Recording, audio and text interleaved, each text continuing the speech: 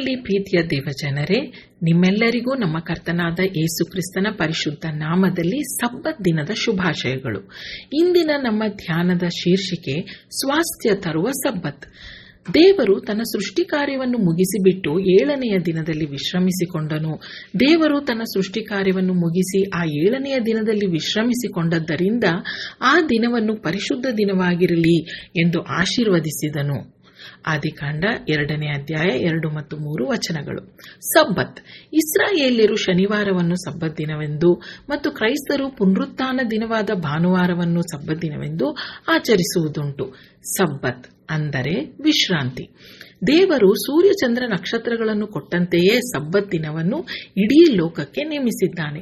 ಪಾಪವಾಗಲಿ ಧರ್ಮಶಾಸ್ತ್ರವಾಗಲಿ ಬರುವುದಕ್ಕಿಂತ ಮೊದಲೇ ಸಬ್ಬತ್ ಅಸ್ತಿತ್ವಕ್ಕೆ ಬಂತು.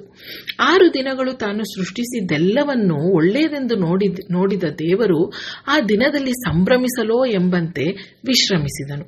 ಕರ್ತನಲ್ಲಿ ಪ್ರಿಯರೇ, ಮಾನವನು ಮಾತ್ರ ಯಾವುದೇ ಕೆಲಸವನ್ನು ಮಾಡದೆ ವಿಶ್ರಾಂತಿಯಿಂದಲೇ ತನ್ನ ಜೀವನವನ್ನು ಪ್ರಾರಂಭಿಸಿದನು. ಅದು ಹೀಗೆ: ದೇವರು 6ನೆಯ ದಿನದಲ್ಲಿ ತನ್ನ ಸ್ವರೂಪದಲ್ಲಿ ತನ್ನ ಹೋಲಿಕೆಗೆ ಸರಿಯಾಗಿ ಮಾನವನನ್ನು ಸೃಷ್ಟಿಸಿದನು. 7ನೆಯ ದಿನ ಸಬ್ಬತ್. ಆ 7ನೆಯ ದಿನವು ಮಾನವನಿಗೆ ಇನ್ನೂ ಮೊದಲ ದಿನವೇ.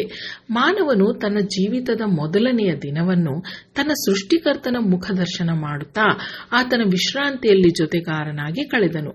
ಆ ಮೊದಲ ಸಬ್ಬತ್ ದಿನದಂದು ದೇವರು ಆದಾಮನನ್ನು ಒಬ್ಬ ಜೀವದ ಗೆಳೆಯನಂತೆ ಕರೆದುಕೊಂಡು ಸೃಷ್ಟಿಯನ್ನೆಲ್ಲ ತೋರಿಸುತ್ತಾ ನಡೆದಿರಬಹುದು. ಅವರಿಬ್ಬರು ಪರಸ್ಪರರೊಂದಿಗೆ ಅದೆಷ್ಟು ಸಂತೋಷವಾಗಿದ್ದರೋ ಅದನ್ನು ಮಾನವ ಭಾಷೆಯಲ್ಲಿ ವಿವರಿಸಲಾಗದು. ಆದಿಕಾಂಡ 2ನೇ ಅಧ್ಯಾಯದ 2 ಮತ್ತು 3ನೇ ವಚನವು ದೇವರು 7ನೆಯ ದಿನದಲ್ಲಿ ವಿಶ್ರಮಿಸಿಕೊಂಡನು, ಆ ದಿನವನ್ನು ಪರಿಶುದ್ಧ ದಿನವಾಗಿರಲಿ ಎಂದನು ಮತ್ತು ಅದನ್ನು ಆಶೀರ್ವದಿಸಿದನು ಎಂದು ನೋಡುತ್ತೇವೆ. ಪರಿಶುದ್ಧ ಎನ್ನುವ ಪದಕ್ಕೆ ಪ್ರತ್ಯೇಕಿಸುವುದು ಎನ್ನುವ ಪರ್ಯಾಯ ಪದವಿದೆ. ಆಶೀರ್ವಾದ ಎನ್ನುವ ಪದಕ್ಕೆ ಸಂತೋಷ ಎನ್ನುವ ಪರ್ಯಾಯ ಪದವೂ ಇದೆ. ದೇವರು ಸಬ್ಬತ್ ದಿನವನ್ನು ನಮ್ಮೊಂದಿಗೆ ಕಳೆಯಲು ಪ್ರತ್ಯೇಕಿಸಿಕೊಂಡಿದ್ದಾನೆ, ಮೇಲಾಗಿ ಅದನ್ನು ಆಶೀರ್ವದಿಸಿದ್ದಾನೆ. ದೇವರ ಈ ಉದ್ದೇಶದಂತೆಯೇ ನಾವು ಕೂಡ ಸಬ್ಬತ್ ದಿನದಲ್ಲಿ ದೇವರ ಅನ್ಯೋನ್ಯತೆಯಲ್ಲಿ ವಿಶ್ರಮಿಸಿ ಕರ್ತನಿಗಾಗಿ ನಮ್ಮನ್ನು ಪ್ರತ್ಯೇಕಿಸಿಕೊಂಡು ಆತನೊಂದಿಗೆ ಸಂತೋಷವಾಗಿರುವುದನ್ನು ನಾವು ಕೂಡ ಕಲಿತುಕೊಳ್ಳಬೇಕಲ್ಲವೇ? ಸಬ್ಬತ್ ಎನ್ನುವುದು ಆಶೀರ್ವಾದಕರವಾದ ಒಂದು ದೈವಿಕ ಅನುಭವ. ಕರ್ತನ ಅನ್ಯೋನ್ಯತೆಯಲ್ಲಿ ಸಮಯ ಕಳೆಯುವ ಮಾತ್ರದಿಂದಲೇ ನಮ್ಮ ಅಂತರಾತ್ಮವು ಹರ್ಷೋಲ್ಲಾಸಗಳಿಂದ ತುಂಬುತ್ತದೆ. ಇದರ ಪರಿಣಾಮವಾಗಿ ನಮ್ಮ ಮನಸ್ಸು ಮತ್ತು ದೇಹದಲ್ಲಿ ಹೊಸ ಚೈತನ್ಯ ತುಂಬುತ್ತದೆ. ದಣಿದ ಅಂಗಾಂಗಗಳು ಪುನಶ್ಚೇತನಗೊಳ್ಳುತ್ತವೆ. ಆಗ ನಾವು ಕೈ ಹಾಕಿದ ಕೆಲಸಗಳಲ್ಲಿ ನಮ್ಮ ಮನಸ್ಸುಗಳು ತೊಡಗಿ ಸಫಲವಾಗುತ್ತದೆ. Sabbath is a joyful and fruitful spiritual experience. ಇಡೀ ಕುಟುಂಬವು ದೇವರ ಈ ಸಬ್ಬತ್ತಿನಲ್ಲಿ ಭಾಗವಹಿಸುವುದರಿಂದ ಕುಟುಂಬದ ಆರೋಗ್ಯ ಕೂಡ ಅತ್ಯುತ್ತಮವಾಗಿರುತ್ತದೆ. ಯೇಸು ಕ್ರಿಸ್ತನು ಸಬ್ಬತ್ ದಿನದಲ್ಲಿ ತನ್ನ ಬಳಿಗೆ ಬಂದವರನ್ನೆಲ್ಲ ಗುಣಪಡಿಸಿದನು ಎನ್ನುವುದನ್ನು ನೀವು ಸುವಾರ್ತೆಗಳಲ್ಲಿ ಓದಿದ್ದೀರಲ್ಲವೋ? ಕೆಲವೇ ದಶಕಗಳ ಹಿಂದೆ ಕ್ರೈಸ್ತ ಕುಟುಂಬಗಳು ಸಬ್ಬತ್ ದಿನವನ್ನು ಇದೇ ಮಾದರಿಯನ್ನನುಸರಿಸಿ ಗೌರವಿಸುತ್ತಿದ್ದವು. ಇದಕ್ಕೆ ಪೂರಕವಾದ ಅನೇಕ ವಿಷಯಗಳನ್ನು ನಮ್ಮ ಕುಟುಂಬದ ಹಿರಿಯರು ಹೇಳುತ್ತಿದ್ದುದುಂಟು. ಆದರೆ ಕಾಲಾಂತರದಲ್ಲಿ ಕ್ರೈಸ್ತರೂ ಸಹ ಲೋಕದೊಡನೆ ಸೇರಿ ಸಬ್ಬತ್ ದಿನವನ್ನು ವಾರಾಂತ್ಯದ ರಜಾ, ವೀಕೆಂಡ್ ಎಂದು ಕರೆಯತೊಡಗಿದ್ದಾರೆ. ಕ್ರೈಸ್ತ ಕುಟುಂಬಗಳಲ್ಲಿಯೂ ವಿಶ್ರಾಂತಿಯ ವ್ಯಾಖ್ಯಾನ ಮತ್ತು ಅದರ ರೂಪರೇಷೆಯೇ ಬದಲಾಗಿದೆ. ಸಭೆಗೆ ಅಥವಾ ಚರ್ಚ್ಗೆ ಹೋಗುವ ಕ್ರಮ ತಪ್ಪುತ್ತಿದೆ. ಅಂದು ಕಚೇರಿಗೆ, ಶಾಲಾ ಕಾಲೇಜಿಗೆ ರಜಾ ದಿನವಾಗಿರುವುದರಿಂದ ಅನೇಕ ಕುಟುಂಬಗಳಲ್ಲಿ ತಡವಾಗಿ ಎದ್ದು ಆರಾಮವಾಗಿ ಭೂರಿ ಭೋಜನ ಮಾಡಿ ಸ್ನೇಹಿತರ ಮನೆಗೋ ಮಾಲ್ ಅಥವಾ ಮತ್ಯಾವುದೋ ಮನರಂಜನೆಗೋ ಮೀಸಲಿಡುವ ಸ್ಥಿತಿ ಬಂದು ಬಿಟ್ಟಿದೆ. ಅದಿಲ್ಲದಿದ್ದರೆ ಟ್ಯೂಷನ್ ಎಂದೋ, ಡಾನ್ಸ್ ಅಥವಾ ಡ್ರೈವಿಂಗ್ ಕ್ಲಾಸ್ ಎಂದೋ, ಜಿಮ್ ಎಂದೋ ಸೇರಿಕೊಂಡು ದೊಡ್ಡ ಸಾಧನೆಯೋ ಎಂಬಂತೆ ಬೀಗುವವರು ಇದ್ದಾರೆ. ಆದರೆ ಅದ್ಯಾವುದು ಸಬ್ಬತ್ತಿನ ಚೌಕಟ್ಟಿನಲ್ಲಿ ಬರುವುದಿಲ್ಲ, ಆಶೀರ್ವಾದವನ್ನೂ ತರುವುದಿಲ್ಲ.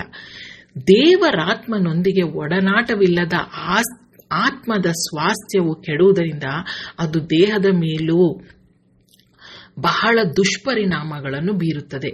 ಕುಟುಂಬದ ಸ್ವಾಸ್ಥ್ಯವೂ ಕೆಟ್ಟು ಡಾಕ್ಟರ್ ಬಿಲ್ ಹೆಚ್ಚುತ್ತದೆ, ವಿವಾಹ ವಿಚ್ಛೇದನಗಳು ಹೆಚ್ಚುತ್ತವೆ, ಮನೆಯ ಮಕ್ಕಳು ದುಶ್ಚಟಗಳಿಗೆ ದಾಸರಾಗಿ ಒಟ್ಟಾರೆ ಕ್ರೈಸ್ತ ಸಮುದಾಯದ ಸ್ವಾಸ್ಥ್ಯವೇ ಕುಂಠಿತವಾಗುತ್ತದೆ. ಕರ್ತನಲ್ಲಿ ಪ್ರೀತಿಯ ಸಹೋದರ ಸಹೋದರಿ, ನಿನ್ನ ಸಬ್ಬತ್ ದಿನದ ದಿನಚರಿ ಹೇಗಿರುತ್ತದೆ?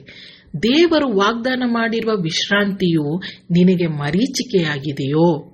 ಮತ್ತಾಯನು ಬರೆದ ಸುವಾರ್ತೆ 11ನೇ ಅಧ್ಯಾಯದ 28ನೇ ವಚನದಲ್ಲಿ ನಮ್ಮ ಕರ್ತನಾದ ಯೇಸು ಕ್ರಿಸ್ತನು ಕನಿಕರವಿಟ್ಟು ನಿರಂತರವಾಗಿ ಕೈಚಾಚಿ ಕರೆಯುತ್ತಿದ್ದಾನೆ. ಎಲೆ ಕಷ್ಟಪಡುವವರೇ, ಹೊರೆ ಹೊತ್ತವರೇ, ನೀವೆಲ್ಲರೂ ನನ್ನ ಬಳಿಗೆ ಬನ್ನಿರಿ, ನಾನು ನಿಮಗೆ ವಿಶ್ರಾಂತಿ ಕೊಡುವೆನು. ನಾನು ಸಾತ್ವಿಕನು, ದೀನ ಮನಸ್ಸುಳ್ಳವನು ಆಗಿರುವುದರಿಂದ ನನ್ನ ನೊಗವನ್ನು ನಿಮ್ಮ ಮೇಲೆ ತೆಗೆದುಕೊಂಡು ನನ್ನಲ್ಲಿ ಕಲಿತುಕೊಳ್ಳಿರಿ. ಆಗ ನಿಮ್ಮ ಆತ್ಮಗಳಿಗೆ ವಿಶ್ರಾಂತಿ ಸಿಕ್ಕುವುದು.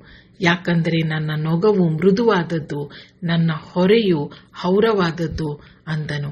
ಪ್ರೀತಿಯ ಸಹೋದರ ಸಹೋದರಿ, ಯೇಸು ಕ್ರಿಸ್ತನ ಈ ಹೃದಯದ ಕರೆ ನಿನ್ನ ಹೃದಯದಲ್ಲಿ ಮಾರ್ದನಿಸುತ್ತಿದೆಯೋ? ಈ ಕಾರ್ಯಕ್ರಮದ ಬಗ್ಗೆ ನಿಮ್ಮ ಅಭಿಪ್ರಾಯ, ಸಲಹೆಗಳು ಹಾಗೂ ಯಾವುದೇ ಪ್ರಾರ್ಥನಾ ಮನವಿಗಳಿದ್ದಲ್ಲಿ ನಮ್ಮ ದೂರವಾಣಿ ಸಂಖ್ಯೆಗೆ ನೀವು ಕರೆ ಮಾಡಬಹುದು. ನಮ್ಮ ದೂರವಾಣಿ ಸಂಖ್ಯೆ 996026065453. ನಿಮ್ಮ ಅಭಿಪ್ರಾಯಗಳನ್ನು ಇಮೇಲ್ ಮೂಲಕವೂ ನಮಗೆ ತಿಳಿಸಬಹುದು. ನಮ್ಮ ಇಮೇಲ್ ಐಡಿ info@fibaonline.org. ವಂದನೆಗಳು.